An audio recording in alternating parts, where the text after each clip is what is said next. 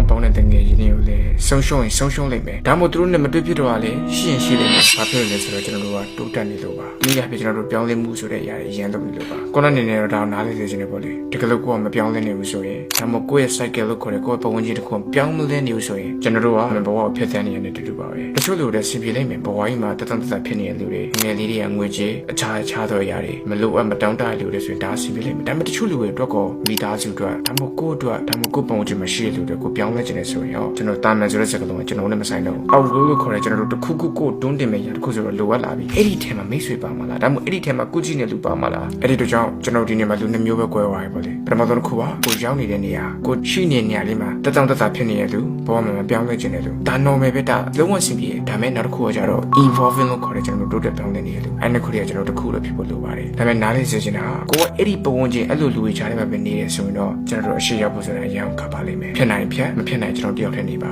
ဒါတော့ကျွန်တော်ပုံစံဆုံးရိုးသားဆုံးအကျဉ်းပေးရပါဟိုကျွန်တော်လည်းခုမြင်လိုက်မယ်တက်21ပဲမယ်ဟိုကျွန်တော်မှာ21ရနဲ့ပေါင်းသိရှိလားဆိုတော့မရှိဘူးနော်ဟိုကျွန်တော်ရဲ့ခု cycle မှာရှိရလေးတော်တော်များများအသက်ကမရှိဆိုတော့အနည်းဆုံးတော့25 26ပဲပေါ့လေဘဝမှာနေရာတစ်ခုရနေတဲ့လူတွေသူတို့ဘဝမှာသူတို့ကြိုးစားနေတဲ့လူတွေပဲရှိတယ်အဲ့ဒီတို့ကျွန်တော်ရဲ့ cycle ကျွန်တော်ရဲ့အလုပ်လုပ်တဲ့နေထားတဲ့အားလုံးတိုးတက်မှုဆိုတဲ့ຢာတစ်ခုပဲရှိရပေါ့ဟိုဒါကျွန်တော်တို့ပုံမှန်ပြပါတာအဲ့တို့ကြောင့်ဟိုတငယ်ချင်းတွေမလုံးလားဆိုလဲလွမ်းတာပေါ့ခါလေးမှာဘာမှမဟုတ်တဲ့ဒီ stupid ပေါ့လေချွေးတာပဲဖြစ်ဖြစ်အင်းလေးဆော့တာပဲဖြစ်ဖြစ်ဒီလိုရင်မြတ်ဖက်မြတ်လေးပြောတာဖြစ်ဖြစ်ဒါလည်းကျွန်တော်လုပ်ချင်ကြတယ်တခါလေကျရင်လုပ်ချင်တယ်ဒါပေမဲ့ကိုယ့်ရဲ့တိုးတက်မှုလို့ခေါ်ရလုပ်ချင်တယ်ဆိုရင်တော့ဒါရွေးချယ်မှုတစ်ခုအနေနဲ့ကိုယ်တိုင်ဆုံးဖြတ်ရမယ့်ဖြစ်ပါတယ်ကျွန်တော်နောက်ဆုံးသက်ပြောချင်တာကတော့တိုးတက်ပြောင်းလဲမှုဆိုတာကကျွန်တော်တို့အသစ်တည်ယူနေမှာမဟုတ်ပါဘူးကျွန်တော်တို့မှာရှိတဲ့ relationship အဟောင်းတွေ relationship အဟောင်းဆိုတော့ကျွန်တော်တို့မှာမကောင်းတဲ့အလေးချင်းတွေမကောင်းတဲ့အတွေးခေါ်တွေမကောင်းတဲ့စကားပြောဆိုတွေကျွန်တော်တို့အဲ့ဒီဟာတွေအကုန်လုံးလွတ်ချခဲ့ရတယ်ကျွန်တော်တို့မှာ version တစ်လို့ခေါ်တဲ့ပုံစံတစ်တွေအတွေးခေါ်တစ်တွေဒါတွေအားလုံးမွေးမြူတယ်ဆိုတဲ့ process ကလိုအပ်တဲ့ရပါတယ်အဲ့ဒီကြောင့်နောက်ဆုံးအနေနဲ့ကိုယ့်ရဲ့တငယ်ချင်းတွေချစ်လို့ရတယ်ကိုယ့်ရဲ့ပတ်ဝန်းကျင်တွေချစ်လို့ရတယ်ဒါပေမဲ့ကိုယ့်ရဲ့တိုးတက်မှုတစ်ခုကိုတော့ဆွဲချတာတော့ကျွန်တော်လည်းမဖြစ်စေချင်ပါဘူးကျွန်တော်ကိုကြည့်နေမိဆိုလည်းမဖြစ်စေချင်ပါဘူးပေါ့လေဒါမိတ်ဆွေကျွန်တော်ကောင်းသိချင်လို့ပြောတာပါ